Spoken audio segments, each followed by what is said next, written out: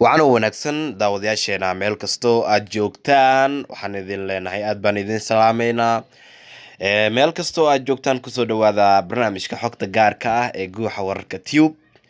oo alaab aan idinkugu falanqeyno xaaladaha ka taagan baraha bulshada xaqiiqda aan idinku soo bandhigno halkana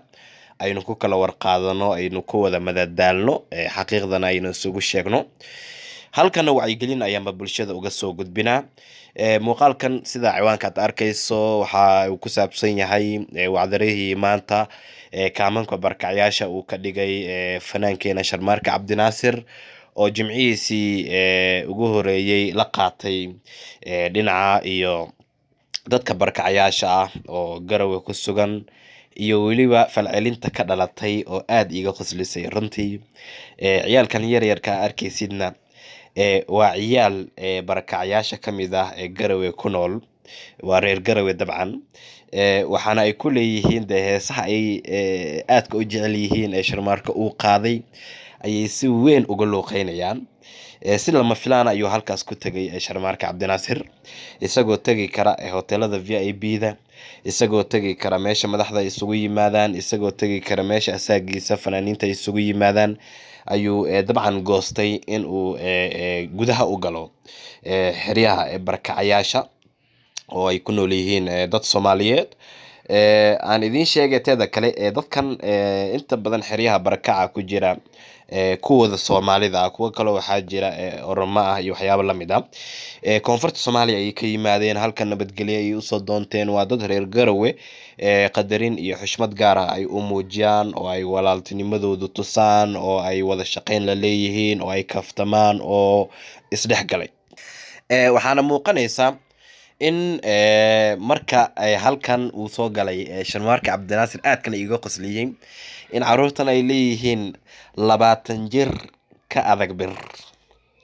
20 jir ka adag bir horaan haddii aad xasuusato mar waraysi uu siinayay Somali Channel aan maleena walaalkii ka weyn Maxamuud Soofeysane Sharmaarka Cabdinaasir wuxuu ku yiri war adiga heesahaaga maxaa u sabab ah oo in caruurtii ay qaadaan dadka waaweyn marka laga soo tago caruurtii ayaa heesahaada xifdiyay maxaa u sabab markaas uu yiri aniga waxaan ahay fanaanka caruurta kunkan shilin waa lindhanaan 2000 waan kabsar caleen markaan dhahayo yiri dhalinyaradii iyo waxaan la hadlayaa kuwii 5 sano jirka ahaa oo anigu waxaan ahay fanaan u heesa caruurta de annaga Soomaali markaynu nahay caruurta heeso loo qaado way jiraan markaan runta isku sheegno laakiin fanaan dhahayo war aniga waxaan u heesayaa caruurta oo caruurta ayaan la sheekeysanayaa anigu Sharma ka hor maan arkin waan iga gadan yahay moogta marka Sharmaarka Cabdinaasir maadaama fanaankii caruurta u heesay uu yahay caruur Soomaaliyeed heeso badan ay leeyihiin oo iyagoo qaadaya wiilmaad aragtay marka laga soo tago kuwa ciida adigoo oo meel maraya ma aragtay cunug dhahaya heestan waa heestii caruurta oo anagana loo qaaday laakiin heesahan caadiga ah kunkan shilin waa lindhanaan 2000 waa kabsar caleen iyo waxyaabo la mid ah dabcan ciyaalka aad bay u jecel yihiin marka waxaan ku keenay meeshan markii uu maanta yimid dabcan sawiradan aad ka arkayso muuqaalkan aan idin soo gudbin doona haatan Sharmaarka Cabdinaasir dadka uu la kulmayo waa dhalinyaro 20 jir ah 15 jiro 12 sano 10 sano 9 sano 8 sano ilaa iyo 3 sano jirku geey oo aad arkayso sida u yaacayaan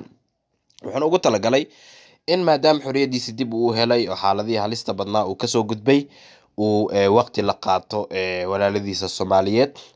dadkana dad badan oo reer Muqdisho ayaa ku jira yaan lagu qaldamin Soomaaliyeed dadkan barkacyaasha intooda badan markaan fiirin waxay ka soo barkaceen Muqdisho dhinaca Shabeellaha Dhexe Shabeellada Hoose Baay Bakool Hiiraan qaybo kamid ah gobolada dhexe halkaas ay ka yimaadeen dad waa reer koonfureed ah dadka reer koonfureed kuna iyaga iska ka jecelo ninkan maadaama isaguna reer koonfureed uu yahay magaaladii caasimadda ahayd uu ka yimid de qof walba oo reer koonfur ah uu xiriirinaya inkastoo fanaan qabiil uusan ahayn haddana reer koonfur ahaan de waa la isku xiriirin karaa iyaduna wax dhibaato ma laha marka Sharmaarka aad buu ugu farxay aad buuna uga farxiyey. Waxyaabaha kale ee dalbanayeen inta muuqaalkan aan daawanaya aan arkay waxaa ka mid ah,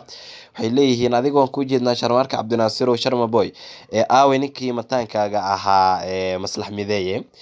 Maslax anigu xataa dib maanan u arkin tan iyo markii ninkan xorriyadiisa uu helay. Deeq darajo iyo mar waan arkayay Sharma Boy oo la hadlaya Daahir Calso markii YouTube-ka lagu wareejinayay. Arrin kale oo isla YouTube-ka ku saabsan goor dhawaan gudagali doonaa, laakiin Maslax Mideeye maan arkin, fagaaraha kumaan arkin. Maybe waxaa laga yaabi karaa in uu howlo diyaarinayo, in bandhigyo ay qabtaan suuragal ah, in ay aadaan dhinacan iyo Galmudug, aadaado ilaa iyo Dhuusamareeb inay socdaal kusoo maraan ayaa suuragal ah. Kadibna Baydhabo ay inoo soo aadaan, oo Hirshabelle ay soo aadaan, Hiiraan ama Beledweyne ay ka degaan, kadibna Kismaayo ay tagaan. haddii reer Somaliland ayna ogolaadaan dee anaga dhanna waan raacinaa Soomaan. Marka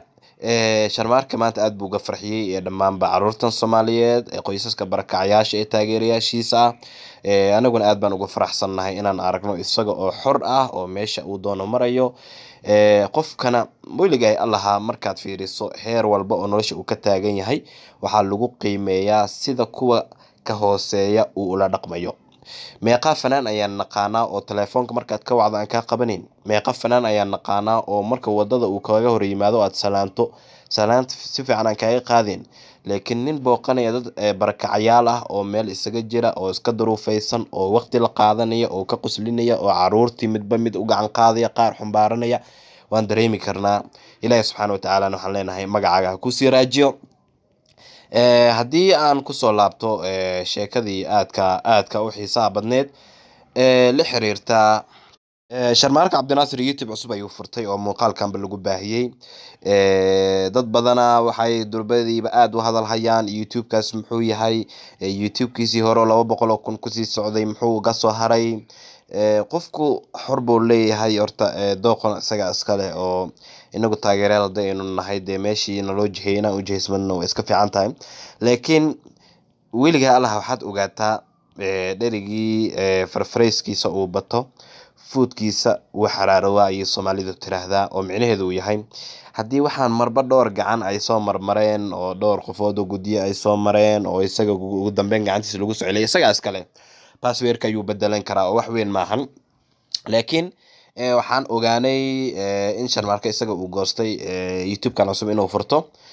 labaduna dabcan way shaqeynayaan oo kii horena muuqaaladii way ku jiraan, kana way ku jiraan.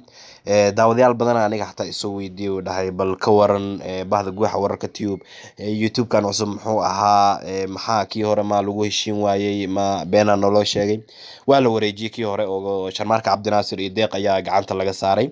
laakiin kan sababa isaga u gaar ayuu u samaystay. waxaana laga yaabaa mustaqbalka in kan uu soo wada guuro maadaama ka fara badan uu soo maray. laakiin wax kaloo dhibaato oo jira malahan. aad baan ugu faraxsannahay aynu ku yaacno. anigu waan goorsii horeysay ba subscribe-kayga waan dhiibtay, gambaleelkana waan furtay. meel kastoo aad joogtaan muuqaalkan farxadda leh yaan idinla wadaagayay. haddii aad dhamaysatay muuqaalkan waxaan kaa codsanayaa inaad sii share garayso. waxaan kaa codsanayaa sidoo kale mar walbaba qaybta commentiga fikirkaaga inaad iigu reebto. guuxa wararka Tube waxa uu ku tiirsan yahay taageeradaada waaye. adoo jiifa haddii aad daawanayso waxaan ku leeyahay aad iyo aad baan ku salaamayaa. adigoo fadhiyana sidoo kale. muuqaalka kan xiga waxaan rajeynayaa inagoo nabad iyo caafimaad qabna inaan dib isugu soo laaban doono hadduu eebba ka raali noqdo.